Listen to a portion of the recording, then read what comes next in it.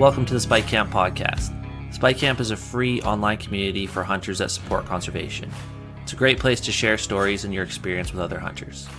As a member of Spike Camp, you get access to all of our hunting live streams, discussion channels, contests, hunter resources, and events that we host.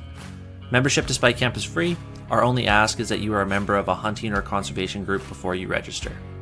Head over to spikecamp.com to join us.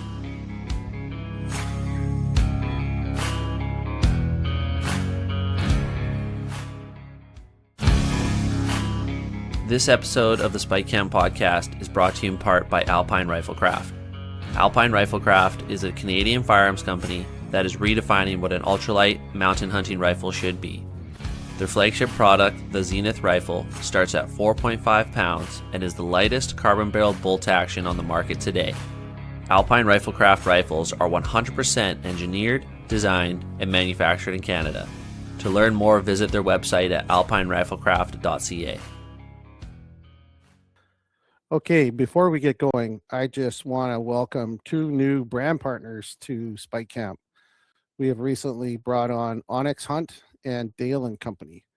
So for the February rewards program, we have an Onyx Elite membership and a Recon Pro bino harness with bear spray holster, rangefinder pouch, and cell phone accessory pouch.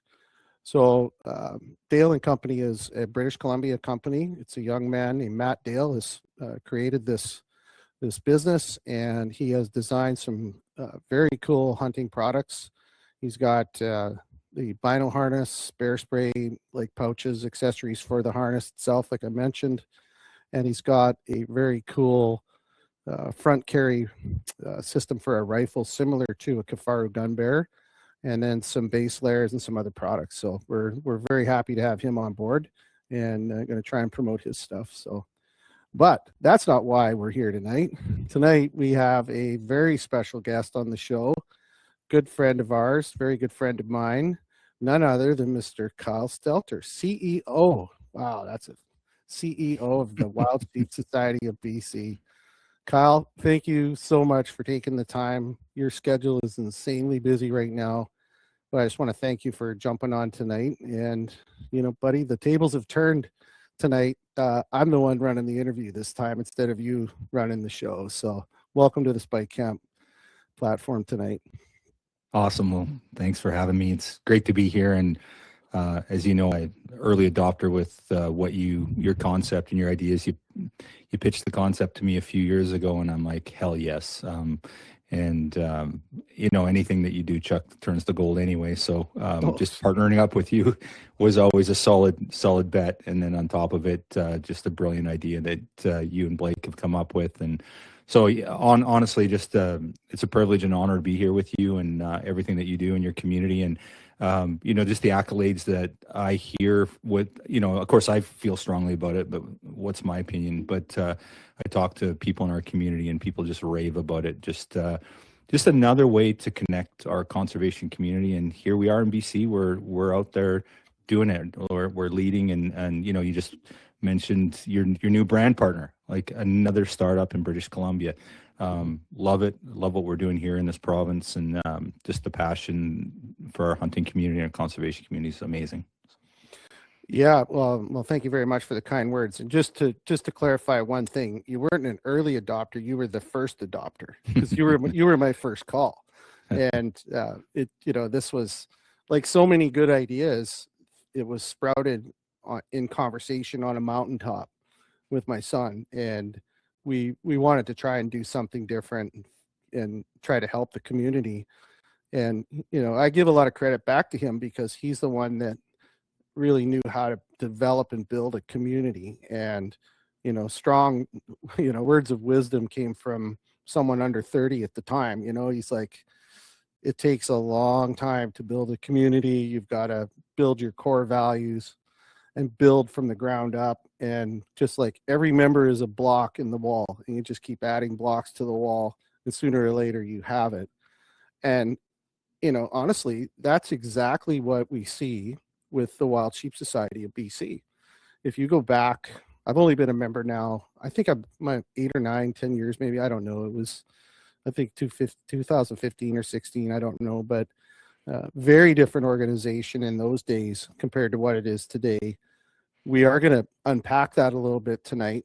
But first, before we do that, speaking of the growth, I think there's certainly been a lot of growth in membership, especially for you guys over the last 5 years. And just when I was up at the Northern Show, I had people saw me chatting with you during the banquet. We're just standing there having a beer together, chatting, and we were kind of laughing and telling stories as usual. And I had a couple people that I was sitting with at the table say, what's the story with Kyle? Like, how did he get there? What's his background? And I wanted to kind of get that from you, because you're such a humble guy. You don't talk about yourself a lot, and everybody who's on the call that knows you will agree. You keep to yourself, and not necessarily private. People can get info from you if they ask you, and you're an open book, but you tend to focus more on the guest on your podcast or the people you're talking to. And it's a charming effect, but we want more. We want to know the story behind Kyle Stelter. So let's start off with your background, Kyle. Tell the audience where you grew up and how you got into hunting and that kind of stuff. Sure.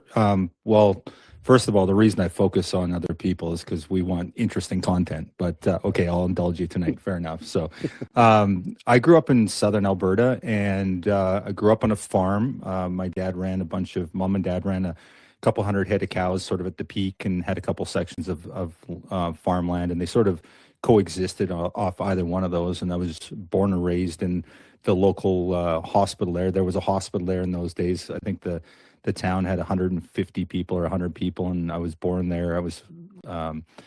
So I was privileged to grow up in the farming and ranching community, and just like rural roots, really good people, salt of the earth, hardworking, and I cared a lot about, the land and obviously their livestock. And then, I had a sort of a long heritage of hunting in the family. My grandfather was a hunter. He, from the early days, he was always hunting, and he died when I think I was 4 years old. My only memory with him is out driving around in a half-ton truck in hunting season. And, in my mind, they were all 200-inch mule deer that we were driving past. But there was certainly an abundance of mule deer back in those days, and whitetail. We were really privileged. My dad lived up against the Suffield restricted area. It's the British block, affectionately we deemed it. And just the tremendous wildlife that would come out of there. It was not uncommon to see 160, 170-inch whitetails and bigger mule deer.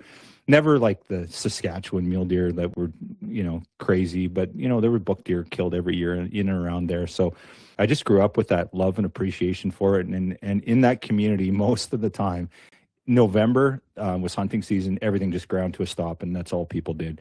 They went to a 3-day season about, sort of in my late teens, and that was a big deal. It was like they'd stolen everything, the government took it all away. But, it was just a privilege growing up in that community. And so from the very earliest age, and in the early days, mom and dad, when they were first married, all they ate, they didn't have any money. They were, starving effectively. They just had enough to buy their half section of land or whatever it was. And so they lived on wild meat, and we grew up with that. And then, of course, as time went on, they were able to raise their own beef, and eventually, but everything we ate was either off the farm or off the land. So that sort of gave me that deep appreciation for it. And I didn't really know how much it meant to me until I sort of left, and I moved away and went to college and started my professional career. And then I'm like, wow, that was pretty special. So, the society kind of brought me back to all that. I still hunted, of course, but it just never was that connection. And I feel like maybe that was something that was missing in my life. I was living in Vancouver, and, I just was doing my own thing. I wasn't really connected to the conservation world or anything. And it was so different from what I'd grown up with. And when I found the society, that kind of brought me back to my roots, and just that, I don't know, just more of that community feeling that I was so used to on the farm. Like we did everything as a community out there. And of course I lost that in the city. So when I sort of rediscovered conservation and through the society, it was really life-changing for me. Well, it's interesting. Your story is similar to mine with that that growing up on the farm, it really is. You look at those ranchers, if they were not a big rancher, and every ounce of beef was money in the bank, right? And Yeah. the father, I guess the leader of the family always made sure that everybody knew how to hunt, and you were out there. And the schools, it was interesting. I know some of the schools would make sure that when opening day of deer season was on, there'd be no exams. There would be nothing like that, because they knew that 80% of the kids would not be on the show, right? So or be at school. So interesting. So when you discovered the Wild Sheep Society of BC, tell us about that. Were you a sheep hunter? Or were you a mountain hunter? Or how did you stumble onto this organization? No, I wasn't actually. And that's the interesting thing is I grew up on the prairie. So it's crazy. Like there's pretty excellent hunting opportunities in Alberta too, but I never really knew about the mountain stuff. I didn't know you could go sheep hunting or any of that stuff. I just never, I don't know, just wasn't exposed to it. My dad would do mountain trips. He would go for elk or moose or all kinds of stuff in the fall with his buddies. But I never did any of those trips, and he never did any sheep hunting. So I never really clued in. I just was, I guess, oblivious to it. But I was living in this mecca for mule and whitetail. It was just like, it was just a passion of mine. I would just go out and just, as a young kid, just grab my rifle and just go sit on, on the edge of the block and wait for them to come out. And lots of times I just watch them at night, these giant mule deer and whitetail come through our property, and just, it'd be too dark. You couldn't even, shoot them, but you could see them in the skyline. And it was just there was just a romance with that experience. So I had no exposure to mountain hunting. And then I moved out to BC, and I still had pretty strong ties to Alberta, and I would go back and hunt with family or friends.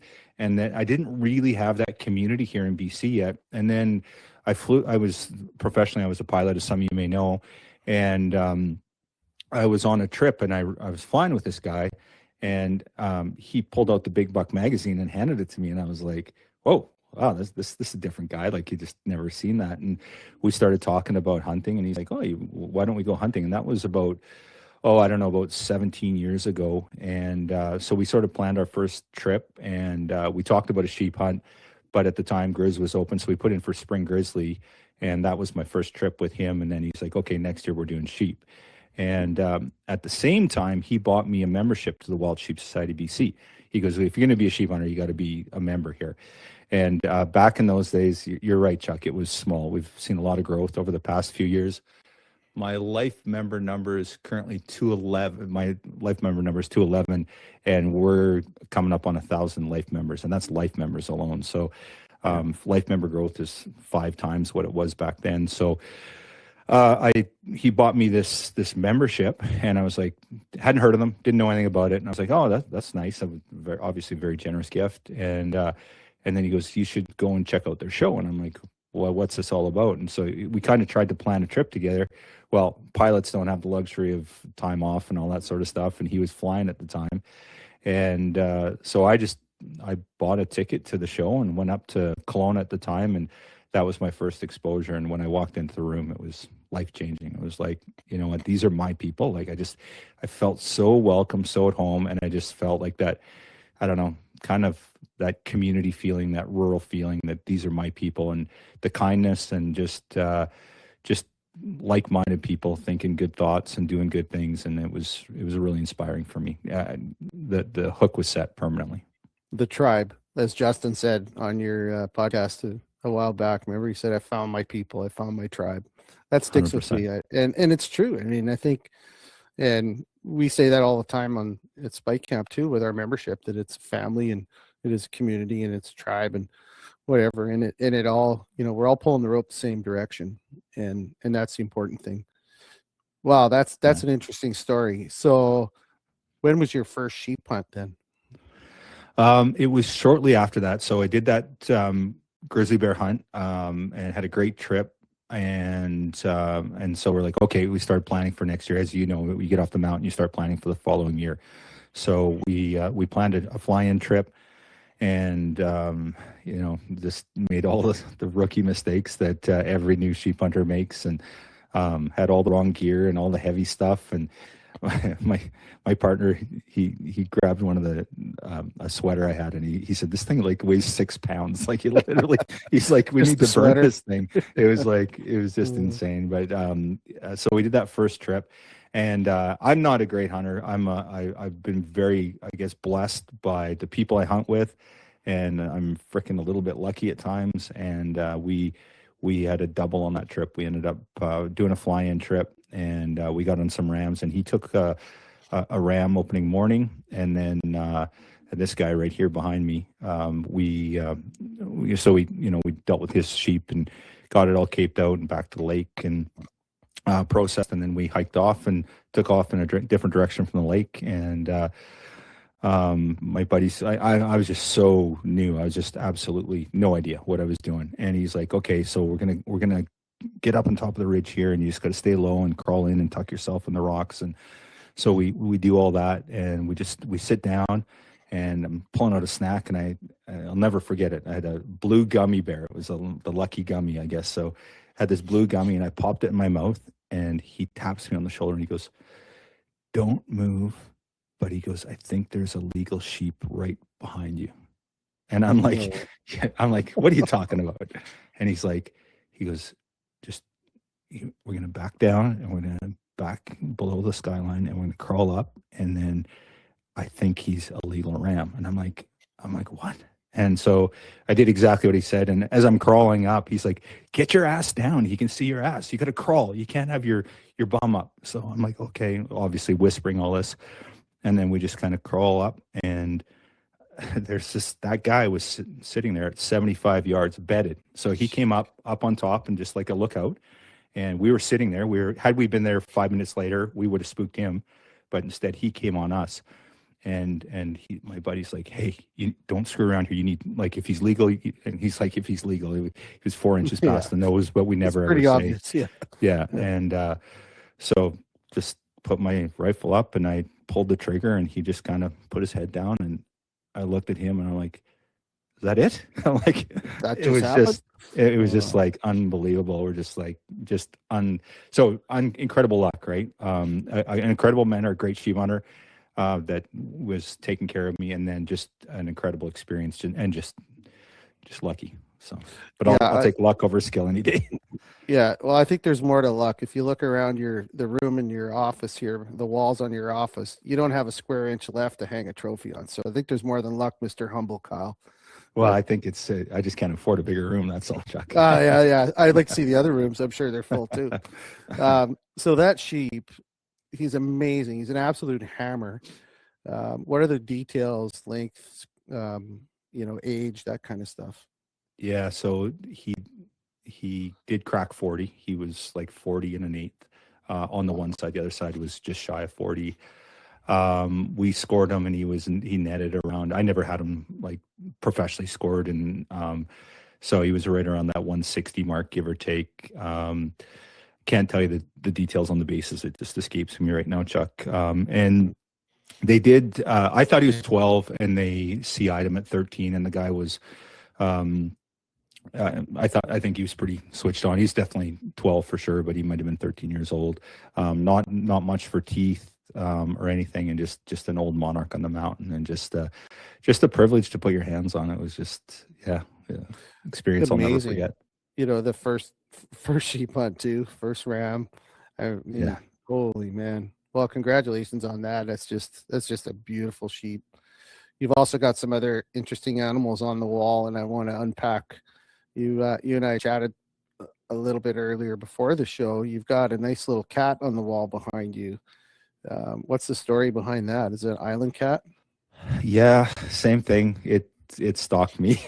I had nothing to do with it. We were on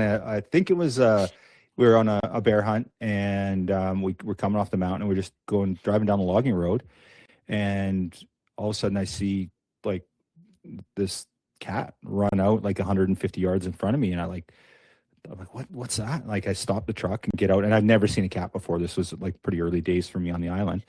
And one of the few times I bought a tag, I guess. And I get out, and I walk, and I'm just like kind of got my eyes, and I'm like looking, and I'm like, the cat's standing there, and I'm just, I don't even know if it, like, is it a bobcat? Is it a lynx? Like, What is it? Yeah. I had no idea. Like, I don't even know.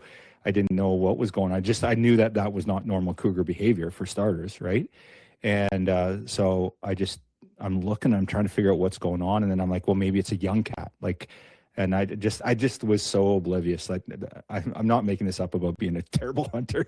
And anyway, I'm sitting there, and I get down, and I kind of get in a shooting position, and she it just kept coming. And so at 15 yards, like, I'm like, my buddies are behind me, and I'm like, what's is that a cougar? Like, does she have kittens? Like, what's going on? I'm like, they're like, no, yeah, it's legit. And then at 15 yards, my buddy's like, shoot the freaking thing. I'm like, Yeah. okay. So obviously I did, and the rest is history. So it's weird. It's interesting. It was a female. She was ancient, totally emaciated. Her face had been all smashed in.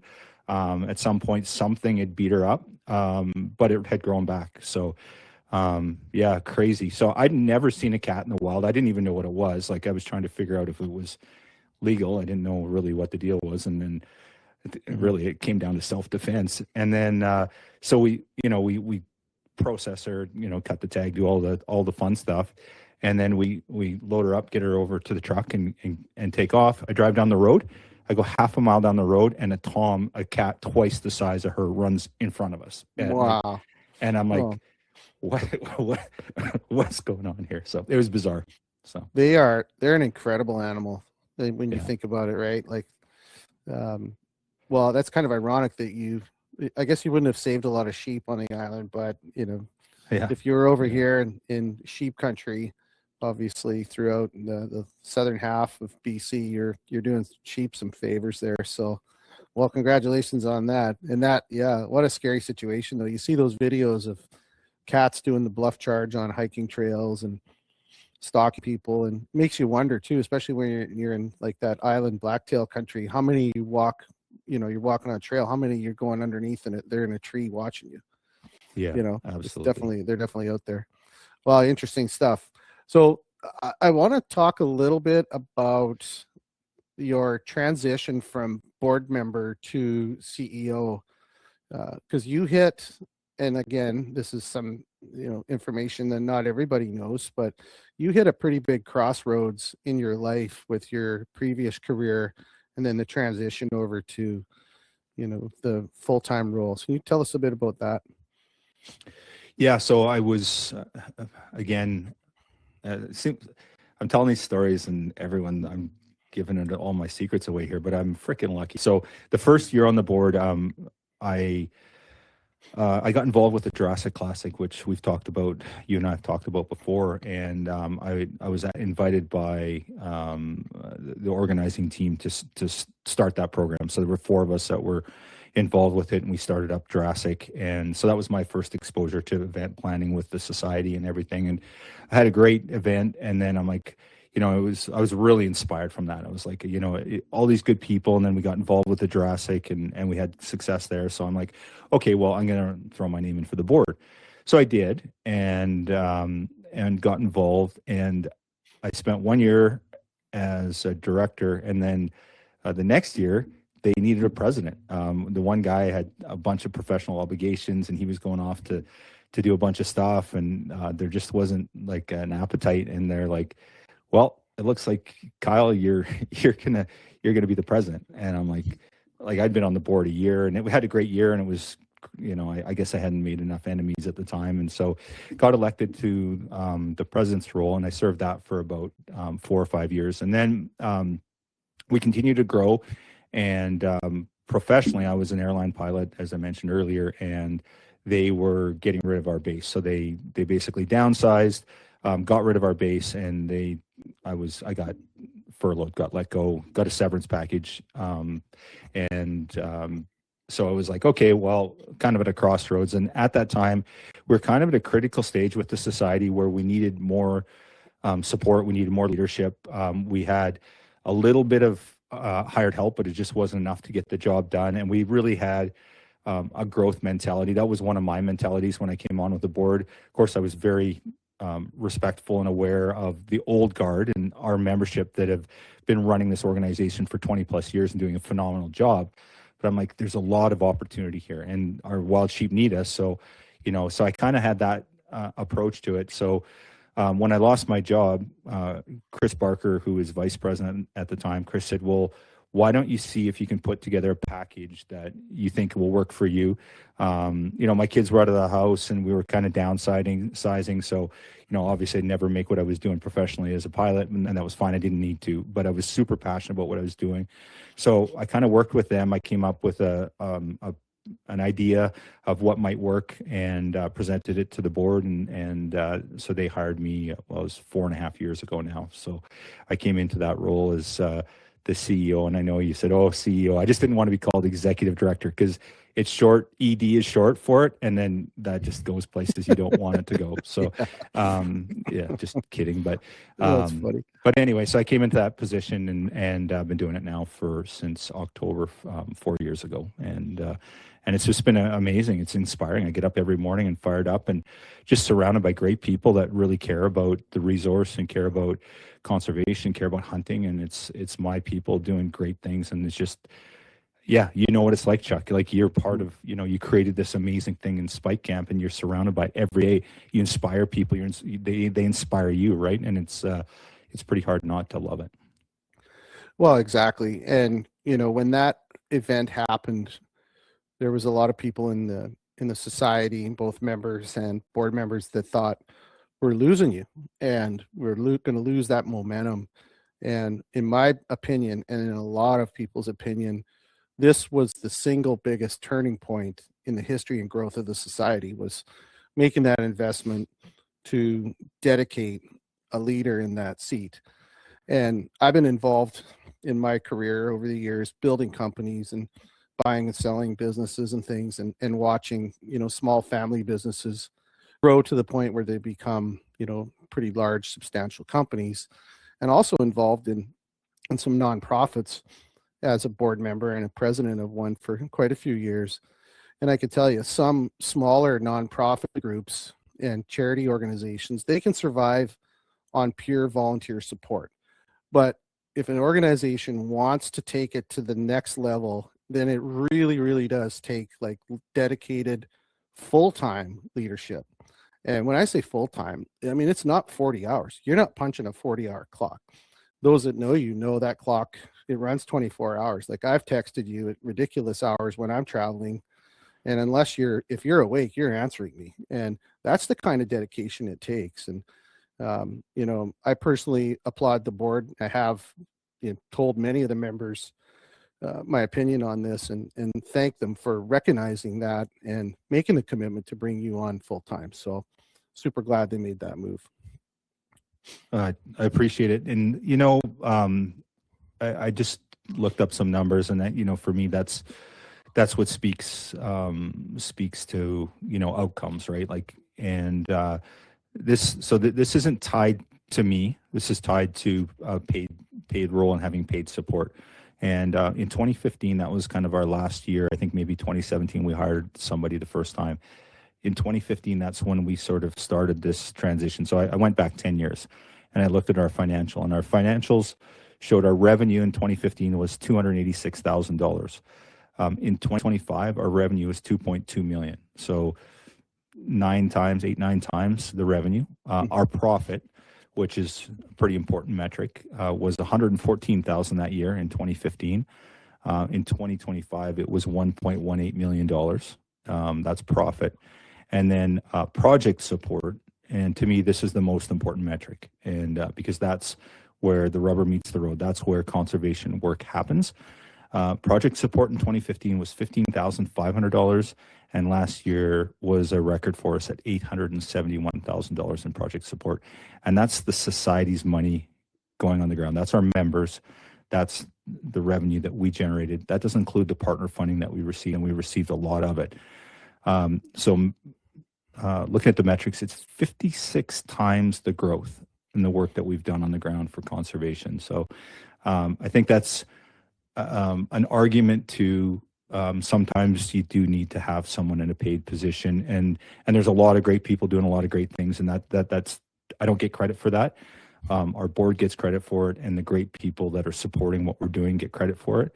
But it goes to show you the difference between before and after and paid role and having that support to do the great things, because we couldn't do it without, you know, the incredible work of the people that we're surrounded with. You know, Hannah, and the amount of work she does, the heavy lifting for the society, Chris and Nicole and Rebecca before her, and Kelly, and so many people that are doing a ton of work. It's so critical, and we just couldn't deliver what we did. It'd just be an absolute shambles. You'd show up at the fundraiser and it'd just be, I'm not saying our fundraisers are perfect, but I can guarantee you that if we didn't have the support of those great people behind the scenes, it would not be near what it is today. And there's a ton of volunteers that are doing amazing work, but they just can't do it. And that's what I've seen, is that you run the risk of losing those people, like the people behind the scenes, like the Collins and the James and the Gregs and so many others, like our entire board of directors, and there's so many volunteers. You lose them because they're like, I just like their passion's there, but they just can't do it. They're like, I've got a job. Burnout factor. And that's real. That is genuine. That is a real thing. So I believe in it. I know that it's controversial. People don't like that. They'd rather see that money go on the ground, but you could argue that money would have never been there. So, yeah, I think it's important. It's important for us to have these discussions so that people understand the growth curve that the society has gone through. There's a couple strong things that need to be discussed too, that take into consideration when you look at the financial, the financial growth and the financial status of the society.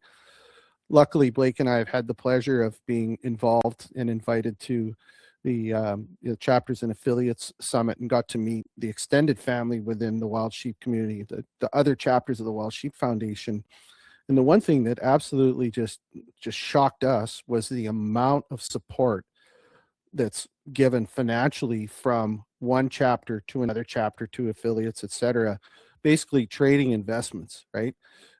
When you look at your financial numbers, a lot of that money that comes in for project funding and stuff, obviously you can correct me if I'm wrong, but there's a lot of money coming from other chapters and a lot of investments, and BC is doing that too. And I know you have taken some heat and a few tough questions from people saying, well, why are you spending that money in other states, provinces, etc.? And maybe you could touch on that for a moment, because that, to me, it literally blew my mind, the reach of the Wild Sheep community, like I could say globally, because there's international chapters too.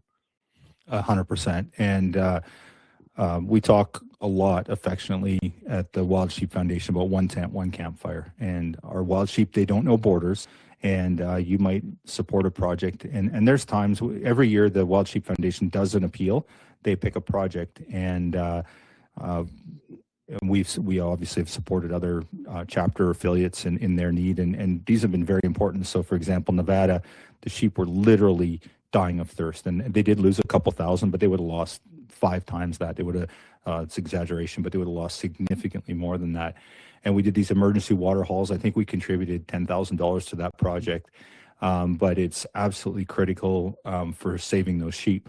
And that's the one thing about it, that money comes back to us. And I know Joe Humphreys, our trader, he's really good at the big picture. And it's like, if we sat and parsed out what we've given and what we've got, we're a huge benefactor. We are very, very fortunate. Now, arguably, we have the best wild sheep resource in the world. So I'll defend that any day. Absolutely. But there's an incredible amount of support that we get here in BC. And so at the last chapter and affiliates that we had in all places in Fort Lauderdale, Florida, because there's a new Southeast chapter down there, we did an appeal for a coming home translocation back to British Columbia. And I think it was $180,000 US that was committed to come back to BC. And that's money from outside our borders. And so you start looking about how much we've given over the years, and it pales in comparison to what we've received back. So we're very fortunate that way. And at the end of the day, we are better as a collective than we are on our own, for sure. And I'm a big believer in that chapter and affiliate network and working together and supporting each other. And the Wild Sheep Foundation, that's what they're built on. They're built on that one tent, one campfire approach. Yeah, exactly. And again, I think a lot of people that are new to the society maybe don't know some of these, these outside factors and other things that happen. For example, yourself being a board member with Wild Sheep Foundation main chapter. That's another big commitment. And, congratulations on that too. I mean, I think whenever you can see someone from your local chapter or affiliate having a seat at that table, that just makes it all that much more valuable, more of a bigger presence for BC, right? Yeah, it is, I think, a huge benefit to have representation at the foundation.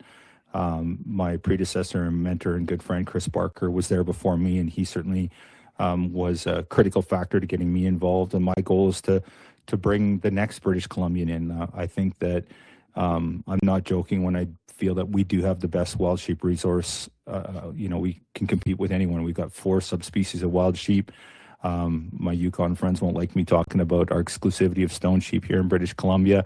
But at the end of the day, we have, and you look at how many hunters, you want to get your Fanaz or your Slam, you're going to BC for one of them, if not a couple. So we have that responsibility, and we have this incredible resource, and people recognize it, and it's important that money, it comes back to BC and looks after them. Because the thing is if we're not doing it, who's going to do it? Maybe Spike Camp could do it for us, Chuck, if we're in trouble. But I don't know. Man. I don't have a lot of confidence in anyone else, to be honest. So I'm just grateful for our membership and the leadership that we've had in this province, and putting a priority on wild sheep and working closely with the foundation. And I hope that we get somebody back there in BC that. I'm probably halfway through my term with them, and then get somebody else that's going to do the heavy lifting and make sure that we're well represented down south. Mm-hmm. Yeah, let's hope. I mean, that's something I think needs to be communicated well in advance to start drumming up the candidates. And it's just like an election. It's like an election year in the U.S. The campaign starts now, and you really need to know who's lining up for that. One of the things I wanted to chat with you about, I heard you mention this at the keynote address up at the Northern Show. You talked a bit about the process for how the Wild Sheep Society decides where money is spent. And I know you get asked a lot about that, and I would like you to kind of explain to the audience a little bit about what's that process look like, and how do you guys decide where you're gonna put the money? Well, one thing I will start off by saying is it's deliberate and it's intentional. And we don't spend money on things that we don't feel that there's value for. So, back to Chris Barker. Chris has showed incredible leadership. He's been involved with the society for, I think, 29 years now. And he's been president, vice president, director. He's done every role. He's hauled sheep in his horse trailer. In fact, he's supposed to do it again this coming week. We've got a translocation on the books that's supposed to happen, and Chris has got new decals for his horse trailer, and he's super excited about it. But that said, like if you look at the Fraser River, for example, that's one of our bigger flagship projects and one of our biggest investments, and is going to have the most impact for wild sheep when it's done. It's going to be about a $2.5 million project. And we're going to treat the entirety of the Fraser River. In fact, this winter, they're out there right now capturing sheep, and this will complete the entirety of the Fraser except for one little area called Pavilion, which we tried to do a drop net, which I know you're familiar with, and we tried to do that this winter. So that project, there was a problem, and Chris Proctor was the regional biologist, and through a lot of dialogue with Chris Barker, Chris and Chris kind of built this project, if you will, and came up with a strategy. And Proctor said, well, but Chris, at the time, it was 1.6 million was the budget, and it's grown to over 2 now, for obvious reasons. And he said, but where do we get the money? And Chris was like, don't worry about the money. We'll find it. And we did. We've gotten the incredible support of our membership, our partners, and there's been so many different people doing heavy lifting. Wild Sheep Foundation, Habitat Conservation Trust Foundation, Abbotsford Fish and Game, Midwest Wild Sheep Foundation, and lots of others, and other generous donors that have made it happen. And we've treated that. And so that was a deliberate approach. And Chris Barker spearheaded that. Now, of course, the board of directors, they sign off on that. So any project that comes across our desk, it gets directed, maybe it gets directed to myself or Hannah or maybe to Chris. We have a projects committee. The projects committee sits down and they review the proposal, and they look at the merit of it, and it goes through the project committee. And we have a really good depth of people on there, and there's a number of people on the committee. I don't know the numbers off the top of my head. There's 9 or 10 people that sit on that committee, and then they either recommend it or they don't recommend it, and then it goes to the board of directors. And every single project that we fund is voted on by the board of directors. So there's never a scenario where it's like, you know, it's my hobby horse and Kyle wants to fund it, or Hannah, or one director. It doesn't work like that. It has to go through the board of directors, and it has to be approved that way, and then the project gets executed on. And of course, there's deliverables and a whole bunch of other stuff there. But it's a pretty substantial project evaluation, and it's not easy to get funding. And there's the thing is there's so much demand now too. There's a lot of time where we're like having to prioritize, right? And so people will come and they'll have a great project. But there's been a number this past year or two where we're like, we'd love to, but we just can't afford it. We've got too many other priorities. And of course, we're prioritizing our 3 flagship projects that we're working on now. And then there's other commitments that we have with other project partners as well. Yeah, no, it's nice to hear that you've got that process. So really nothing can slide through the system. And again, you go back to some smaller organizations, and having been in a similar role with a nonprofit and a charity, a lot of times there's an agenda that comes to the table with a board member.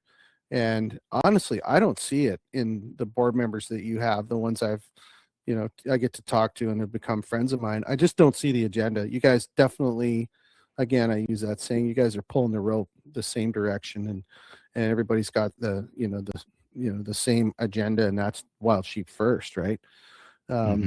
Yeah, excellent. Well, I'm glad. Thank you for answering that.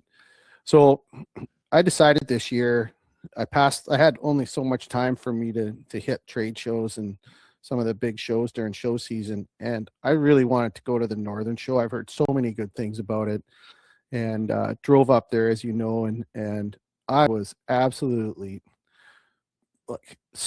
absolutely blown away with how big the show actually is, like the banquet itself. And it was just awesome. And it's a different show than the one in the South. It's got a lot of different, folks show up there, but the support in the North is incredible for Wild Sheep Society of BC. Why is it so important for the society to have 2 shows, have a Northern and a Southern, and like sort of what's the spirit and history behind that? Well, we've actually taken, excuse me, that's a Reno leftover. Oh, yeah, got it 3 weeks later. So there's quite a history there. And actually, we get enough heat on that, saying, well, why don't you come to Cranbrook, or why don't you come to Kamloops, for example? And there's a bunch of factors in play there. And we did used to move it around actually quite actively. But the problem is we've grown significantly, right? So, if we look at what we have in Penticton, I don't know where else we could do what we do in Penticton. There probably is some place in the Lower Mainland. I don't know what the costs are like. There's an affordability factor having a show like that in Penticton in February. But obviously, we couldn't hold something like that in Kamloops. And we actually tried to. We looked at, options around there. So the Northern Show was started, I think it was 9 years ago, and it was the vision of Corey Green and Robbie Inglet at the time. And they're like, hey, I think there's good support up here. I think like these guys want to see the money come into the community and spend on wild sheep. And, they're super passionate sheep hunters up there. Like you walk around the room and there's just guys they're sheep killers. That's what they do. They're just, so they love the resource, and they put their money where their mouth is. So yeah, you're right. It's just a different vibe. I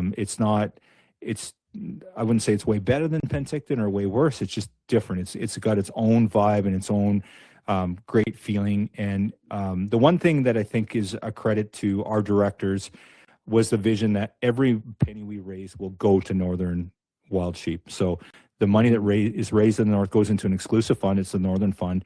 and the proceeds from that show will go on the ground for wild sheep conservation. So obviously we have tons of projects in the Peace region that we're involved in. Our prescribed burn is sort of the flagship one we're involved in, but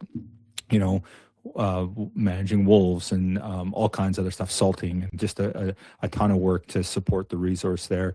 So that money stays on in that northern account and it gets invested back into the north. And I think that is sort of our social license up there, where they see that we're putting that money back into the wild sheep resource in their region, and they're paying their way up there. And so yeah, the support is tremendous. Everyone's really gets behind it, and just a really, really cool vibe. And we've tried to sort of expand it and turn it into a couple days show, and it's like, no, everyone wants to come and have the big party Saturday night, spend lots of money for wild sheep, and have a great time. And we're just so grateful for how Dawson supported us through that whole process, and just the great work that's being done for wild sheep because of it. Oh yeah, no, it's awesome. I'm definitely hooked. It was an absolute blast weekend. I didn't care for the drive home on black ice through the Pine Pass on Sunday morning, but other than that, it was awesome. I sat at a great table with some cool friends and met a lot of people, a lot of Spike Camp members, and so many fun people up there. Again, just enjoying the whole scene, the wild sheep scene. Yeah, it was awesome. Well, keep doing it. Any support you can get, you need from us, we're going to be there.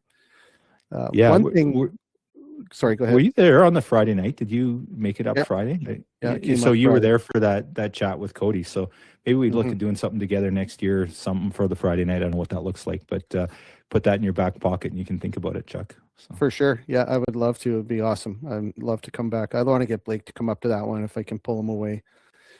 One thing I'm always amazed by, and I've heard you talk about it on your show as well, it's the diversity of support that is behind the Wild Sheep Society of BC, especially on the membership side. Like if you look at it now, this amazing new program starting young with the half curl memberships for kids, going up through just everyday folks that maybe they don't even sheep hunt, but they recognize Wild Sheep Society as like one of the flagship wildlife conservation groups, especially here in BC. Then you've got the long-term members and old school folks, and those that are higher tier members and monarchs, and all the different levels of memberships that you have. And then you've got the corporate support from companies and brands ranging from small local artists donating like hundreds of hours, putting like these wonderful pieces together, whether it's carvings or paintings or jewelry or whatever it is, right up to big companies, big brands. And it's amazing to see that the diverse support, both personal and financial. And I have to tell you, I've spent the last couple years drumming up and building relationships with brand partners to come and support the Spike Camp community. And something I've noticed and been told for 2 years in a row now is the hunting space is a tough one. Like it's a tough competitive world. You've got all these external factors pressuring the business, from just anti-hunting to, government restrictions, and you've got tariffs and trade wars and all of these things that impact these companies. And when it comes to, especially at the corporate level, sponsorships for organizations or, even influencers, I guess, and social media and stuff, it's become tougher to get the wallets open and the checkbooks out. And, how do you guys go about, drumming up those relationships and maintaining them? Is it one person, or is it a crew of people that go out there to try to do that? Yeah, great question, Chuck. And, I think that it's our community. It's certainly not one person. Now there are some heavy lifters out there, and, there's our directors and volunteers, but I think, Chuck, it's way bigger than that. I think you can look at the mechanics of what's happening. Yeah, you could look at that and you could say, Colin Peters is probably on a phone right now with somebody trying to get a donation somewhere, and that's legit. But the reality is that you build something, right? You build something you believe in, and you build something that means something to people, and they want to be part of. And I think that's what we've done here.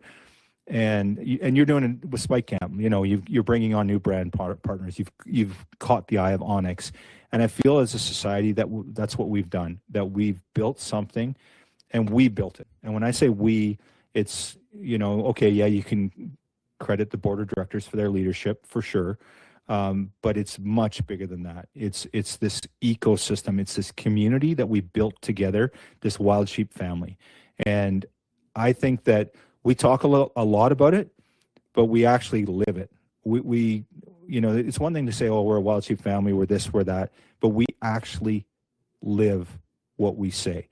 And we are inclusive. We do care about, you know, and if you think of it, like back, you know, when I first went to our show, it was a lot more of a bit of an old boys club. It was sort of lots of, you know, guys in their 40s, 50s, 60s, and some of them probably still wish it was like that.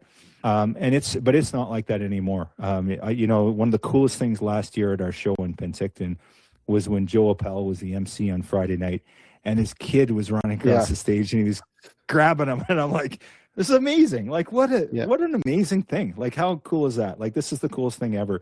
So I think that our community has built that, and I don't think you certainly can't single one person out, or even the board or anyone else. But I will say that our board of directors, they're not afraid to take risks, and they're willing to try things. And, you know, you called up and said, hey, I've got this idea, Spike Camp. And we could have been like, well, yeah, I'm not Seen sure. this before, We'll see how it goes, Chuck. Like, let us know. And yeah, we're there. But just get it going and let us know how we can help. And to the credit of our board of directors and everyone that's involved, it's like, no, let's give this a try. And you know what? Some of it's going to go sideways, and that's okay. But if you don't ever try, you're going to end up failing for sure, because you never even got the chance. So, you know, give it a shot, make some mistakes.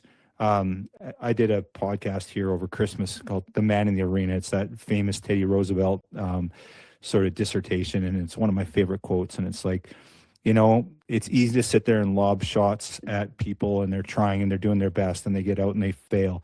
But they gave their heart, they did their best, they tried everything that they could with all their might, and they failed. But they did it with good intention.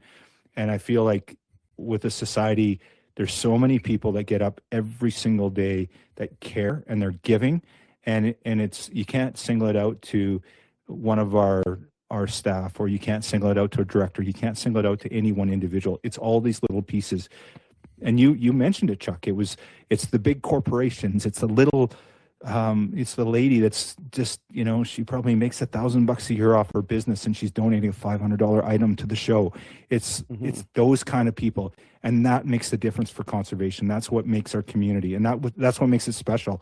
And it's harder as you grow, right? Because it's like, you know, how do you stay connected? But I think we've done it. We've stayed grounded. We've been true to ourselves, and I think that that's the strength of our community. And I really think it's, you know, it can't be singled out to any one group of people. I think it's what we've created here, and this inclusivity and this desire to grow this into something that everybody wants to be a part of. Yeah, it's amazing. And one thing for sure I want to speak to a little bit is about the membership again. Your membership has grown significantly in the last few years. You talked about the scale ratio from life member to just a regular membership.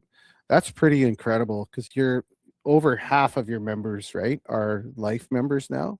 Is that correct? Have I got that math right? Yeah, your math is spot on. It's just over 50%. Hannah's on, and she's the guru. She manages all that, does a great job of it. We have Hannah kick me in the butt here, because I'm probably won't get it just right, but we're just shy of 1,800 members, and we're about 957 life members. So about that 55 to 60% mark, which is truly phenomenal, is that people have made that commitment.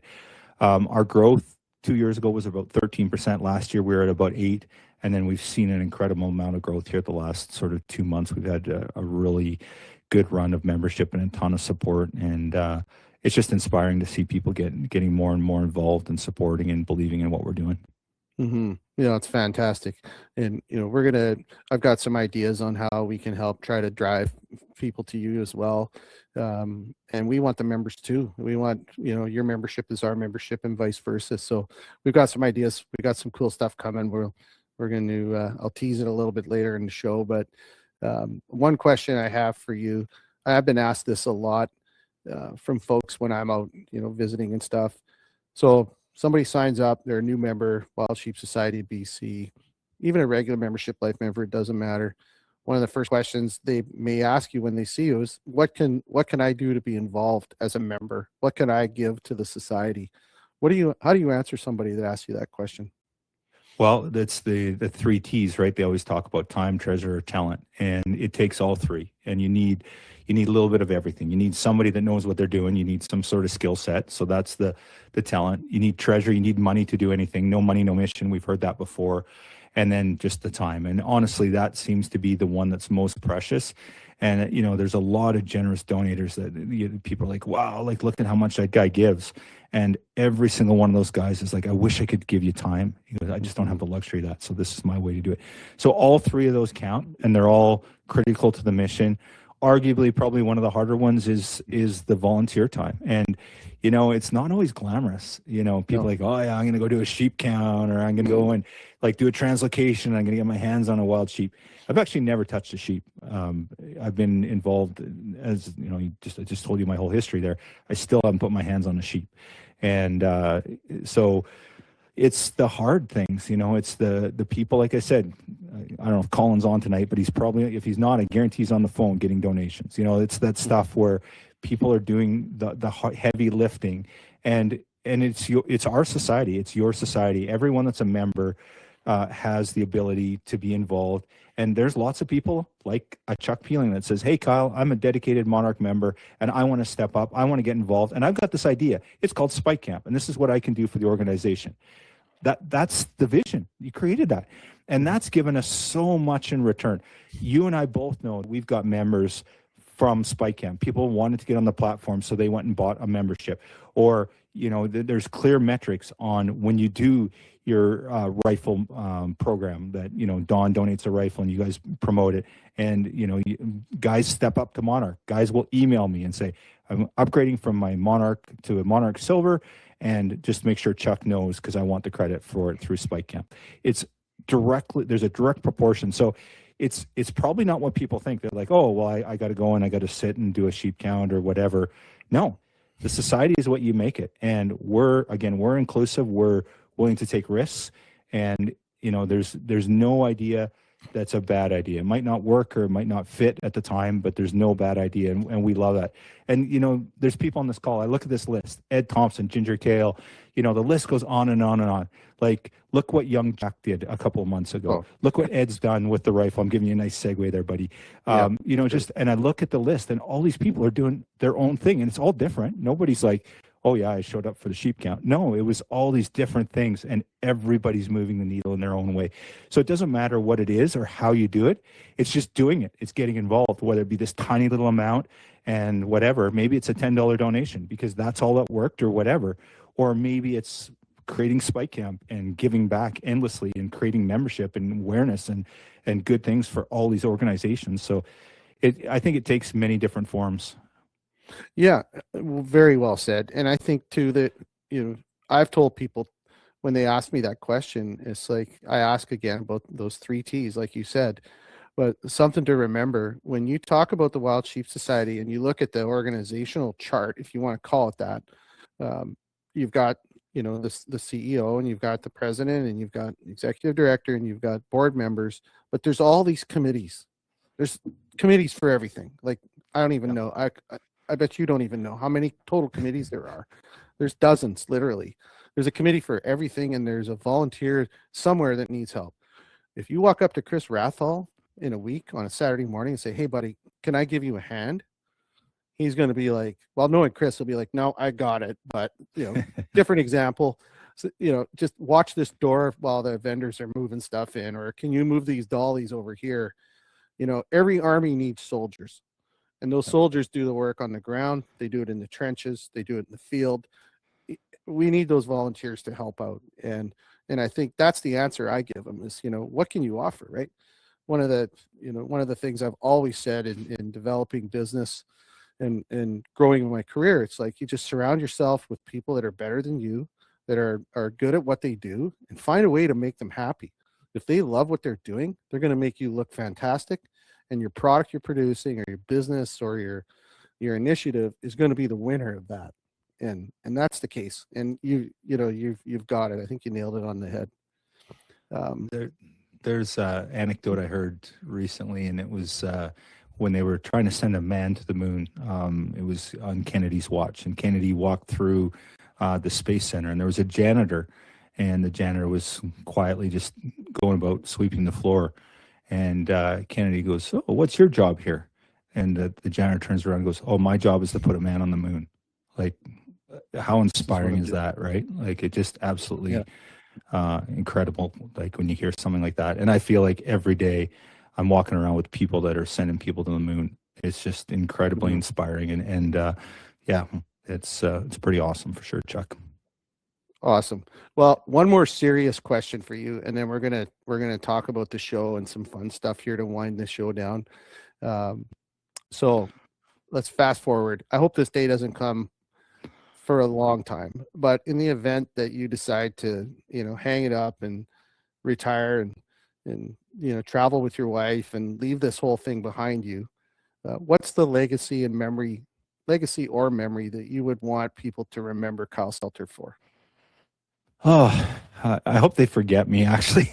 I hope they're just so inspired about what they're doing that it's not even on their mind. And, I just want to see abundant wild sheep on the landscape. But one thing is, like, nobody's going to associate my name with that. It's just, it really is this conservation community. And I know that's such a cop-out, Chuck, but honestly, we're so blessed by the people in our space. And like, you and I talk about this, and I get on a call with Don or with Omer or Tanner, or the list goes on, and there's just so many people that are so passionate about it and doing so many different things and coming up with new ideas. And what's my legacy? Honestly, I can't. The one thing I think about more than anything is that I want wild sheep to be thriving 100 years from now, and how do we do that? That's the one thing I think about. So that would be my legacy, I guess. But I just hope it's not, my name's not attached to it. Well, that's not the motivation. What I want, and I think lots about that succession planning. Where do we go from here? Because like you said, at some point I'm not going to be around, and we've got so many great, capable people, and that's something like we talk lots about. I had a call with Hannah today, like, hey, like, okay, that mentorship piece and thinking about, and I want, I'd love that I could just not show up to the show next year and it would just go as smooth as silk. And so yeah, my legacy is just, I guess, maybe 100 years from now for there to be more street sheep than there's ever been on the landscape. So, well, your name will be associated with it because you've already done that, and your impact is felt throughout the membership and throughout wildlife and conservation here in wild sheep in BC and all over there. So that's awesome. So anyway, let's talk about Penticton. So this show has become a freaking machine all on its own. What can people expect this year? What's coming? Like, I know you're excited. I saw well, I'll stop because I'm so excited about it. You go ahead and answer that question. Well, I think a lot of people probably heard about it, but we've added the RAM Awards. And again, that's us not saying no. And probably some of these times we probably should, but we have a proclivity to just say, let's do it. Let's give it our best and see how it goes. And so Frontiersman Gear, Tanner reached out. And it's fun with Tanner because Tanner reached out 5 years ago when he was sort of getting into the knife making business. And it's sort of the same conversation around Spike Camp. He's like, hey, I really want to get involved. And I've got some ideas on how we can support you guys. And it's just like, yeah, let's do it. Let's run with it. And so now, obviously Frontiersman Gear is growing a ton and they're doing incredible work. And Tanner had this vision of celebrating the wild sheep resource. And, Alberta does a fantastic job. WSFAB, they're doing a great job with their RAM Awards. And Tanner's like, hey, we'd like to sponsor this and be really involved. And, just like anything else, I'm like, yeah, we're keen, but we've only got so many people. And Tanner's like, no, we're willing to help out and do a lot of the heavy lifting on it, which they have. So we're really excited. So on Thursday, the 26th, of February. People are showing up for the show on the 27th anyway. So that night we're going to do the Ram Awards. We're going to celebrate the most outstanding rams that this province has to offer. And I was involved with that committee, the Society and Frontiersman Gear collectively. We went through and judged all that, and it's just incredibly inspiring. We got so many entries, Chuck. Like, I was surprised, and I know like you guys have done so well too. Like you guys on all the stuff that you run, the programs that you've run, you guys have had so many entries, and we had a ton this year. And there's just amazing rams, and it's just like. And this year, for some reason, you've seen it, Chuck, there were some hammers killed on the landscape, right? Absolute hammers. So talk about a good year for having this, right? It's just, so I'm really excited to share with our membership. So it's on the Thursday night. It's in Penticton, the Penticton Lakeside Resort. It's cheap. And so Tanner's vision, and I thought it was brilliant, is like, Kyle, I want this to be cheap. He goes like, I don't care. Like, we don't need to make money on it. This is going to be a loss leader. The idea is to get people in the door to celebrate and to see what we're made of. And when they have fun on the Thursday night, then they're going to come back and they're going to spend the whole weekend because they can't not. And so let's make it really affordable. So it's $50 a ticket. You get a couple drinks. You get a beer. 9 is the new 8 beer. 9 is the new 8 beer. Does that sound right? Yeah, I think I got it right. Yeah. And then we got some Okanagan spirits. There's going to be whiskey there as well, a whiskey tasting. And then we're going to have the ceremony, and we're going to recognize these incredible rams. There's 2 youth categories. There's the oldest ram, the outstanding ram, and conservation award. And it's just a great opportunity, great evening, and we're super stoked about it. We got dedicated raffles for the evening, and just a lot of fun. We're going to do have some games, and it's just about getting our community together. And just, it's kind of like Friday used to be in Kamloops, except we're going to throw in a Ram Awards on top of it. So yeah, how can you go wrong with that? So super stoked about that. And then exhibitors, we've grown. Chris has done an amazing job. He's grown that exhibitor list again this year, which is hard to believe, but yet he has grown it again. So we're pushing up 80 exhibitors, and incredible diversity there. We got some great names in the room. So we got Exo Mountain Gear's coming up. So I know you've looked at their packs. So Steve and Mark are going to be up there. They're going to be at the Sheep Hunter University. They're going to be doing seminars there. We got Leica. Ryan Holmes is going to do a seminar at the Sheep Hunter University. Olin's going to be there. They've got their digiscoping platforms. They're bringing those up. And then Adam Foss is going to actually do a digiscoping seminar on that and how to do proper field photos and that sort of stuff. So just an incredible lineup. And then just as always, so we sold out 10 days ago for Saturday nights. We're full up. And Friday, I just got the numbers from Nicole, and we're like 30 away from selling out for Friday night. So if anyone's thinking about coming up for the Friday, see, the hack is if you can't get tickets Saturday, come up Friday. Come up Thursday, go to the Ram Awards. Friday, go to the expo all day, go to the banquet. Saturday, go to Life Member Breakfast. We still have a few tickets left there, but they're going to sell out here shortly too in the next couple days.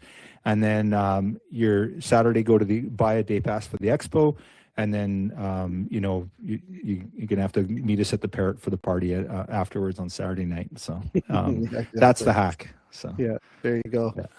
Yeah. No, I mean the Sheep Hunter University alone. Like when you look at the program, it's sort of this catch-22 for me. The funnest day of the year for me, or days of the year, is standing at the Spike Camp booth and just talking to people all day. Like my wife and my daughter-in-law, they work the booth. They're selling our pack alarms there, and they were just like, "Oh my God, we got to listen to this shit all day long." And then my wife's like says to me last year, she's like, there's a couple seminars you could go to. And I was like, oh yeah. Look at the clock, it's like I just got there. I haven't finished my coffee yet. And it's 1:00 in the afternoon, it just flies by. But yeah, that lineup, I mean, talk about a university. You could get a degree in sheep hunting if you were to go to this all day. Like literally, it's amazing. And the trade show, like you want to buy some quality gear, every aspect of sheep hunting or mountain hunting or hunting in general is represented at that. It's going to be awesome. And not to mention, you've got some like the silent auction, the raffles, the draws, amazing. Like the opportunities to win stuff there is incredible. Yeah, it is. It's if you show up. So Of course, we have our online stuff, raffles and stuff like that. But if you show up, there's exclusive opportunities. So really cool one. I think Don. I thought I seen Don's name on earlier. He's on. Yeah. So he. I don't know if everybody's familiar, but we've done a big bore series now, and we've done it for a long time, and we've run the math on it. Is this number 30? I think it is, Don. 30 guns, I think. Yeah. Yeah, 30 guns, and so like we're pushing up against $500,000 in revenue that's generated through these generous donations through Don, and then he always works with a gunsmith. Usually it's Gary Flack, but he's worked with others as well, Mitch Kendall and others as well. But so this year it's a 25 Creedmoor and beautiful custom HMB action on it. I'm going to butcher it. I'm not a gun guy like Don is, but it's got our challenge coin embedded in the stock. Yeah. So you got to be there at the show to get tickets, and it's actually on the Friday. We're going to draw it Friday night, so there are some tickets. So you can't buy those online, and there's other ones like that too. We got a whole bunch of in the room only raffles. There's got to be a benefit for being there, just besides having a great time. And but that one just Joe and I were working on the raffle, and he's like, yeah, there's your license, but just don't even put it out. Let's just draw my name. He's like so excited about that rifle. It's just amazing. It's just such a great setup, and just the generosity again of our community. Like, who does that? Who donates 30 rifles? Yeah, only one guy. Only one guy. Yeah, we know. Yeah. Sorry, Don. I know you hate to talk about you, but he does. But you know what? We love talking about him, so it doesn't matter. He's. Yeah. We have to. Well, one thing I want to do, and then we're going to circle back to this before I forget, is speaking of winners, we are going to give away right now. We're going to give a little package called the Mountain Fuel Giveaway from 3 of our brand partners, Trail Fair Foods, Wilderness Athlete, and This Is Coffee.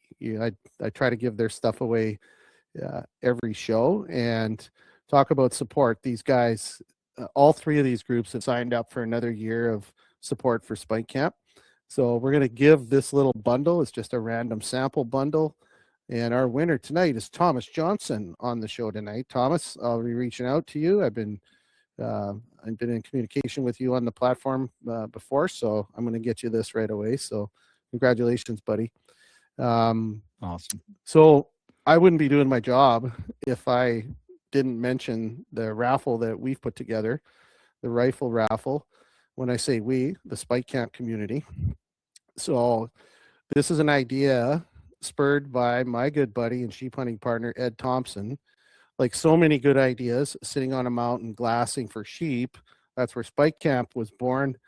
The Spike Camp Modern Classic Rifle donation was born on a mountain this past season when Ed and I were sitting there.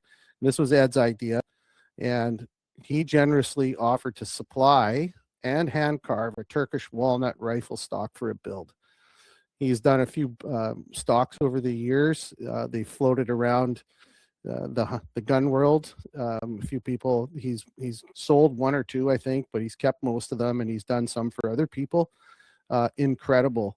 And we got off, we were sitting there talking about this project on the mountain, and he goes, how do we put together a build? He goes, I'll do the stock. And I said, well, I know a guy that I'm going to call. And basically it was that night when we got off the mountain on our way home. As soon as we hit cell service, I texted my buddy Donnie Lynham, our good friend that we're just now talking about again, and he was all in. And before I got home, so I texted him the idea. We had this wild text chat back and forth, and before I got home, he had the action and he had a barrel boxed up and shipped to Mitch Kendall. It was already on its way for a chambering job. So, the details on this build are pretty spectacular. It's Mitch supplied the gunsmith work and the cere coating, and got it all nice and dialed in for us. But the specs are, it's a Defiance Classic Action.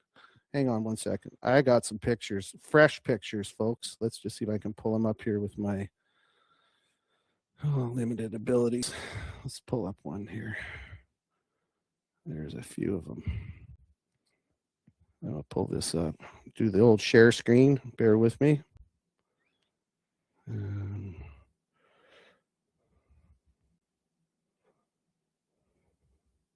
All right. There you go.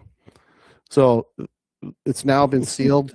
The wood has been sealed, and there's I think one coat of finish on there. I could be wrong. Ed was working on it today. This photo was taken this afternoon of this rifle. So Defiance Classic Action, Benchmark carbon wrap barrel, Trigger Tech trigger, Leopold VX5. It's chambered in the classic chambering of 280 Ackley, and this rifle is absolutely insane. Like, I don't even know where to begin. It's so beautiful. It's just incredible. Kyle, what are your thoughts on this thing? Oh, it's just unbelievable. It's just gorgeous. Well, and the fun part for me, Chuck, has been watching Ed build this thing, right? Like, and then Don too. So I don't know if I'm allowed to talk about it, but yes, please. Don was trying to transport the action up to Mitch and dropped it off the Canada Post, and they went on strike literally the day he dropped it off. And Don was just beside himself. He's like, "Oh my goodness, I don't know what we've done." It's like he was knocking on Canada Post door trying to get in there, and they're like, "It's right in there. I know it's in there. Give it back." So yeah, I think he sent his wife in there. Karen went in there. She was like, "Okay," pleading her case, and it was not happening. They weren't having any of it. But yeah, you can see this thing is it's coming along just nicely now. There's one more photo I want to drop here just quickly. Well, for me, just the precision in the work that Ed's done, it's just such a beautiful, like the problem with that is you just don't want to take it out of the gun case or off the wall, right? You just want to just sit there and admire it. It's just so gorgeous.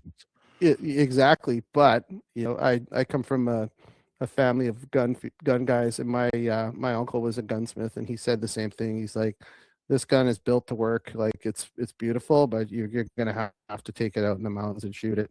And it's a shooter too. But there's something else that people need to know throughout the process. Like, to carve this stock takes hundreds of hours, and Ed has just poured everything into this. Not to mention, his wife had a baby just over a week ago now. And I would like to introduce the newest Spike Camp member, Miss Rosalind Fawn Thompson. Isn't she just a doll? Isn't that something? Congratulations. Congratulations, Ed and Carolyn. Awesome. Uncle Chuck just wants to say congratulations. That's awesome. So anyway, cool. That's that is going to be a special giveaway. So where are we at on, like, we've sold almost half, right, of the tickets now? We're about halfway through. Yeah, exactly. So our goal is to sell it out. We could sell up to, we have 600 tickets. They're $50 each. And so it's $30,000 in revenue.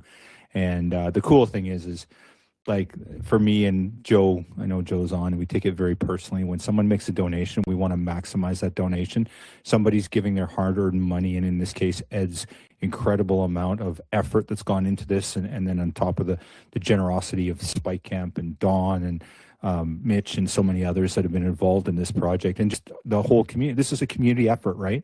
So, Joe and I take that very seriously. We always want to make sure that the value's there. So, I think what's the retail on that, 15.6 or something was what the MSRP was, give or take. It's priceless, really, but that's kind of, we have to have it on paper. And so we're basically there. So we just continue to promote it, and I have every confidence that we're going to sell that out. We're going to draw it on Saturday night at the show. So we'll have tickets available for people. We'll be selling all weekend, but you can go online if you go through our website. And I know you've done an incredible job of marketing it here as well, Chuck, but go to wildsheepsociety.com, and there's an opportunity that you could buy it online there if you can't make the show. Get your name in, and yeah, it would just be a privilege to own such a beautiful piece of art. So, and a cheap rifle at 280 Ackley, right?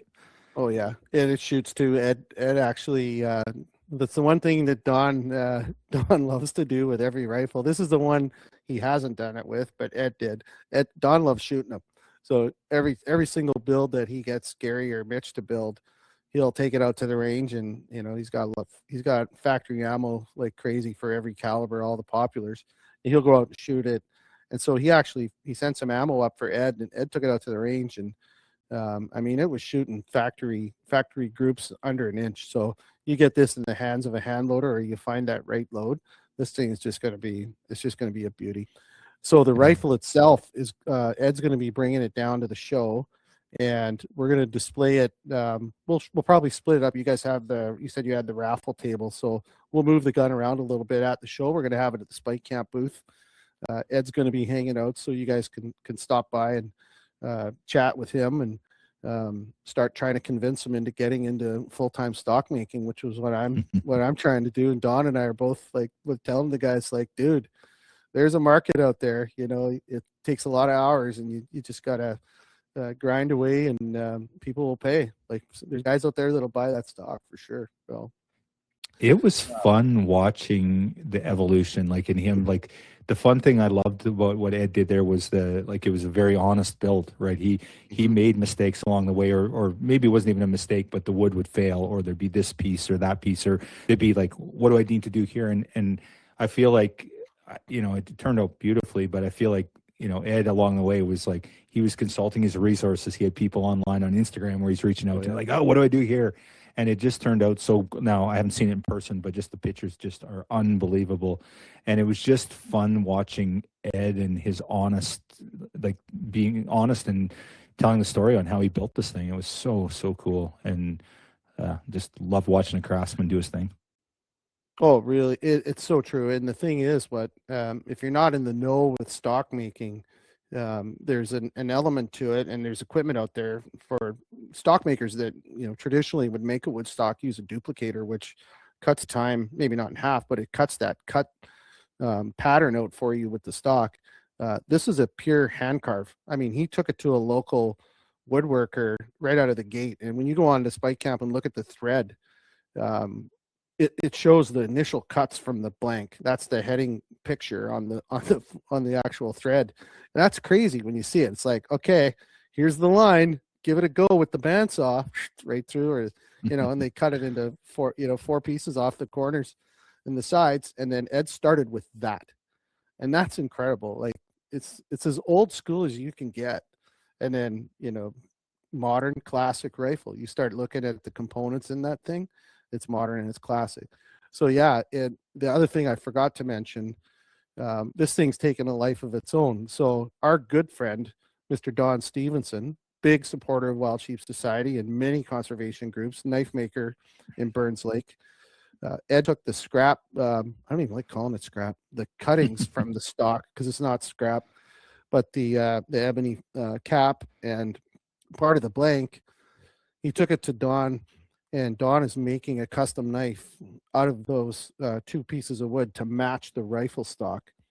And the winner gets that. And if that wasn't enough, Ed's dad, Brian, this is where you can tell where the bloodline comes from. Brian Thompson, also a big Spike Camp member.